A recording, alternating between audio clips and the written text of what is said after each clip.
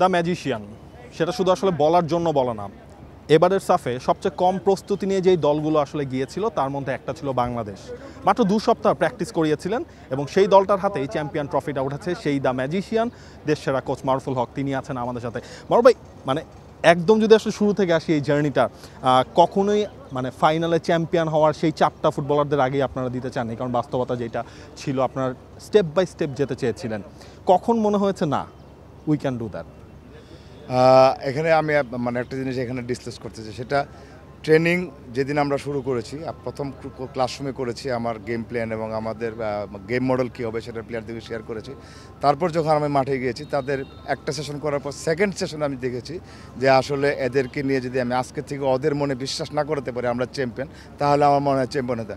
আমি day second থেকে তাদেরকে আমি 3 চেয়ার্স অফ বাংলাদেশ, এটা মানে আমরা হিপ 3বার করে করেছি, উইনার করেছি, যেগুলো করলে আর কি প্লেয়ারদের মাথায় ঢুকে যে আমরা চ্যাম্পিয়ন হতে পারবো এবং চ্যাম্পিয়নের যোগ্যতা আছে।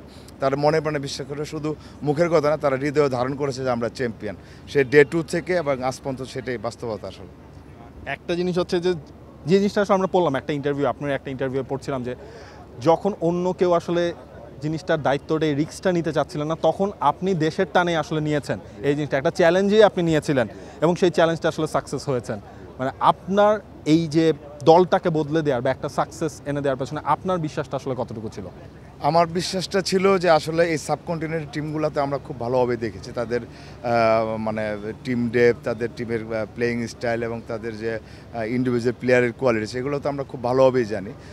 এটা একটা জিনিস ছিল। আরেকটা জিনিস ছিল এই সাবকন্টিনেন্ট শুধু যদি শক্ত চ্যালেঞ্জ থাকে তাহলে ইন্ডিয়ার কাছ থেকে আসবে।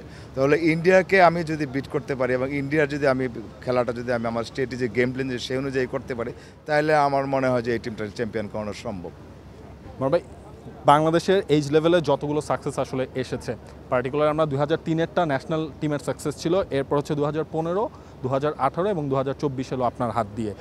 এই 3বারেই আপনারা লোকাল কোচরাই দলগুলোকে সামলেছেন। গেলবার আমরা দেখেছি ইন্ডিয়ার মাটিতে বাংলাদেশ কিছু করতে পারেনি। মানে এটা তো হচ্ছে গিয়ে লোকাল কোচরা আপনাদেরও হচ্ছে গিয়ে একটা বড় জায়গা প্রমাণ আপনারা অলরেডি করেছেন। এই জিনিসটার উপর তো মনে হয় এখন আমরাও কাজ করতে পারি, বা বাংলাদেশ ফুটবল ফেডারেশনেরও।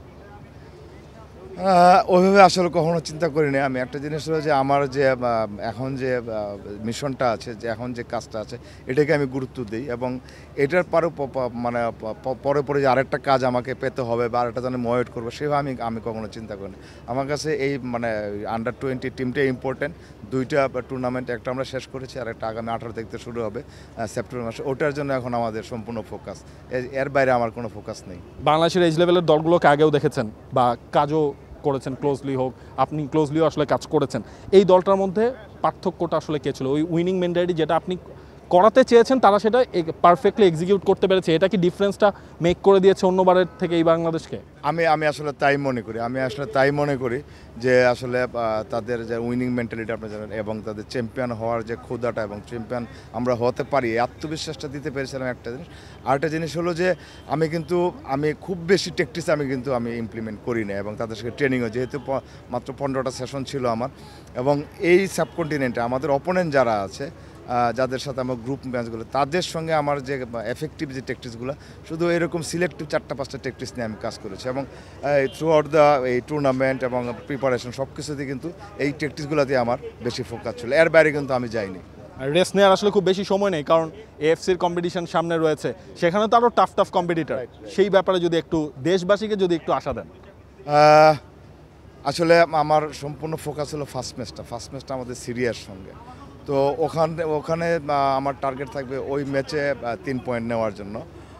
আর যদি 3 পয়েন্টের যদি পরিস্থিতি মানে আমাদের যেটা বোঝা যাবে 10-15 মিনিটে বোঝা যাবে যে আসলে ম্যাচটা কী হতে যাচ্ছে, তখন তো আমরা 1 পয়েন্টের জন্য খেলবো। কিন্তু ইনিশিয়ালি টার্গেট থাকবে 3 পয়েন্ট এবং প্রিপারেশন শেখাই থাকবে। তাহলে প্ল্যান বিতে আমি চলে যাবো, যদি এটা সম্ভব না হয় তখন প্ল্যান বিতে চলে যাবো। অবশ্যই মারুফুল হক, আপনার জন্য শুভকামনা রইল, কারণ আপনার হাত দিয়েই বাংলাদেশ দল তারা আসলে দক্ষিণ এশিয়ার যুব ফুটবলের এখন champion. For more updates, subscribe to our YouTube channel and click on the bell icon. Follow us on Facebook and Instagram.